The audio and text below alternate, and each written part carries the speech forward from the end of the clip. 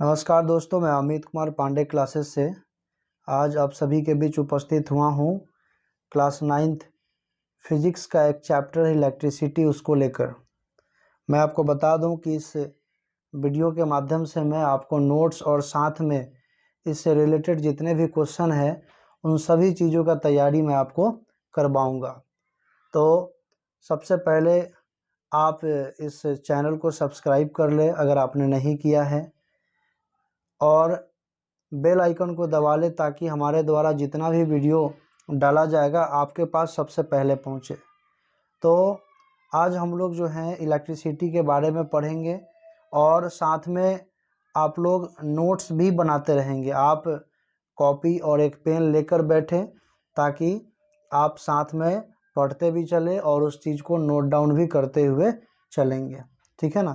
तो सबसे पहला जो टॉपिक है उसके बारे में हम लोग देखते हैं। इलेक्ट्रिसिटी है क्या, ये जानने की ज़रूरत है। देखिए, आजकल बिना इलेक्ट्रिसिटी का सरवाइव करना बहुत ही मुश्किल है। अगर आप घर में हैं, गर्मी का मौसम है, तो एक ऐसी आदत लग चुकी है पंखे की कि बिना पंखे के हम लोग नहीं रह सकते हैं। यहाँ तक इवन लाइट का भी एक ऐसा आदत लग चुका है कि अगर घर में अगर लाइट नहीं है तो खाना नहीं खाएंगे, ऐसा स्थिति हो गया है। लाइट है तो खाने के लिए बैठेंगे, जब लाइट आएगी उस समय हम लोग खाने के लिए बैठेंगे। इट मीन्स ये कि इलेक्ट्रिसिटी का इम्पोर्टेंस जो है वो बहुत ही ज़्यादा है ना। अगर आप देखें तो आप घर में देख ले या इंडस्ट्री क्षेत्र में देख ले या ट्रांसपोर्ट में देख ले, आप देखेंगे कि ट्रांसपोर्ट में कि अब बसेज वगैरह जो है वो भी इलेक्ट्रिसिटी होते हुए जा रहा है, ठीक है ना। तो इसका यूज़ बहुत ही ज़्यादा है। तो चलिए हम लोग थोड़ा सा आप जानते हैं इलेक्ट्रिसिटी के बारे में क्या है। सबसे पहला टॉपिक ये है कि electricity is an important source of energy. मैंने आपको पहले ही बताया कि इलेक्ट्रिसिटी क्या है, एक इम्पॉर्टेंट सोर्स है, एनर्जी का एक सबसे इम्पॉर्टेंट सोर्स है ना। उसके बाद दूसरा पॉइंट है यूजेज ऑफ इलेक्ट्रिसिटी। इलेक्ट्रिसिटी का यूजेज क्या है, ऐसे बहुत सारे क्षेत्रों में है, लेकिन मैं आपको कुछ कॉमन चीज़ों के बारे में आपको बता रहा हूँ। अगर आप देखेंगे विस्तारित रूप से तो बहुत सारे इसके यूज जो है आपको नज़र आ जाएंगे।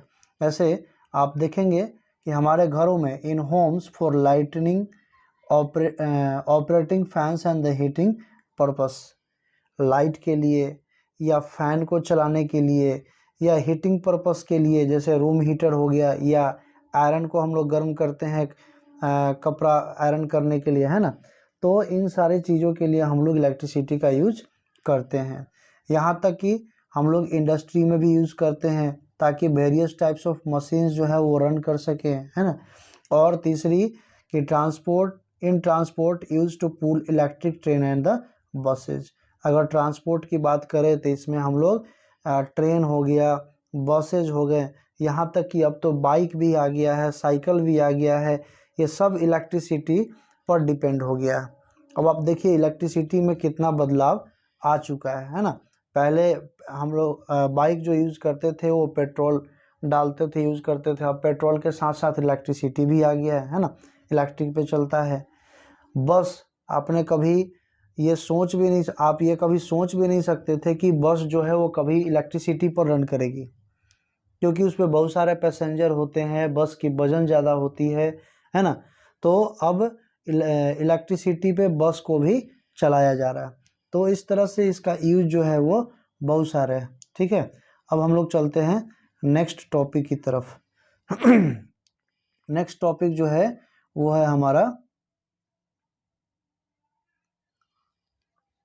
टाइप्स ऑफ इलेक्ट्रिक चार्जेस के बारे में। कितने तरह के इलेक्ट्रिक चार्जेज होते हैं, तो कितने तरह के होते हैं मेनली दो ही होते हैं, एक निगेटिव और एक पॉजिटिव, है ना। ये रहा पॉजिटिव और ये रहा निगेटिव। तो पॉजिटिव जो चार्ज होता है उसको हम लोग क्या कहते हैं, प्रोटॉन कहते हैं, और जो निगेटिव चार्ज होता है उसको हम लोग क्या कहते हैं, इलेक्ट्रॉन कहते हैं। आप ये ध्यान में रखेंगे, ठीक है ना। अब बात ये रहा, जैसे बल्ब या पंखा चलता है तो कहीं ना कहीं ये निगेटिव और पॉजिटिव दोनों चार्ज मिलके ही चलता है। तो आप ये ध्यान में रखेंगे कि opposite charge attract each other.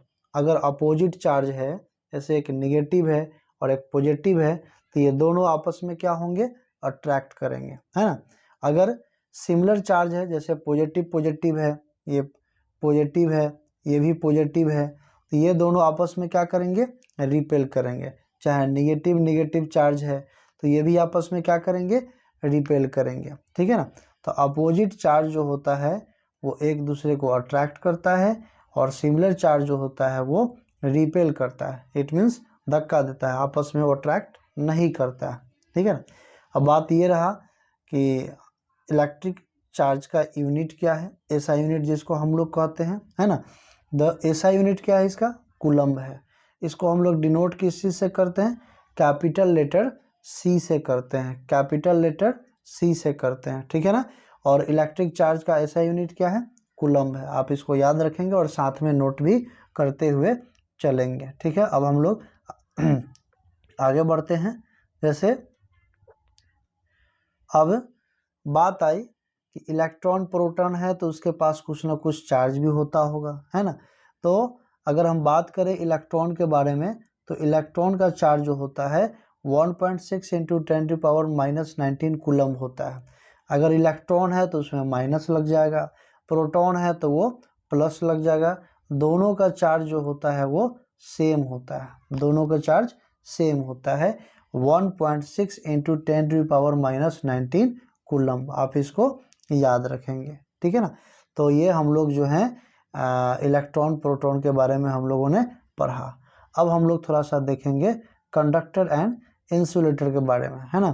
Conductor क्या है, इंसुलेटर क्या है, बहुत पहले से हम लोग पढ़ते हुए आ रहे हैं। क्लास 7th में भी आप लोगों ने पढ़ा होगा, 8 में भी पढ़ा होगा कंडक्टर और इंसुलेटर के बारे में, है ना।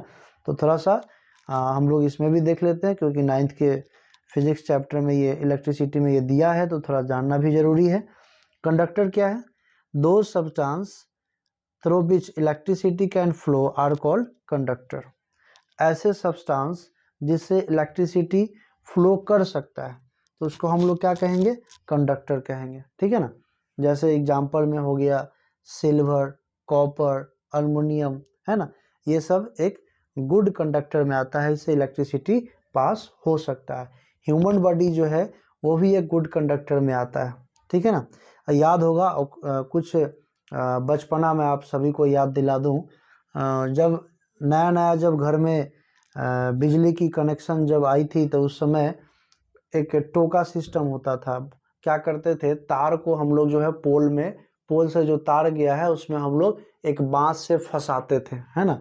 तो उस समय हमारे जो बड़े जो होते थे, माता पिता या भैया दीदी, वो लोग कहते थे कि देख लेना बांस भींगा हुआ तो नहीं ना, क्योंकि भींगा हुआ रहेगा तो क्या होगा, करंट मारेगा, है ना। मतलब ये हुआ कि उसमें अगर भींगा हुआ है इसका मतलब उससे करंट लग सकता है, वो गुड कंडक्टर हो सकता है, ठीक है ना। लेकिन ऐसे वुड जो होता है वो बैड कंडक्टर होता है, उससे इलेक्ट्रिसिटी करंट पास नहीं होता है, ठीक है। दूसरा है इंसुलेटर। इंसुलेटर क्या है, जस्ट कंडक्टर का उल्टा। Those substance through which electricity can not flow are called insulator.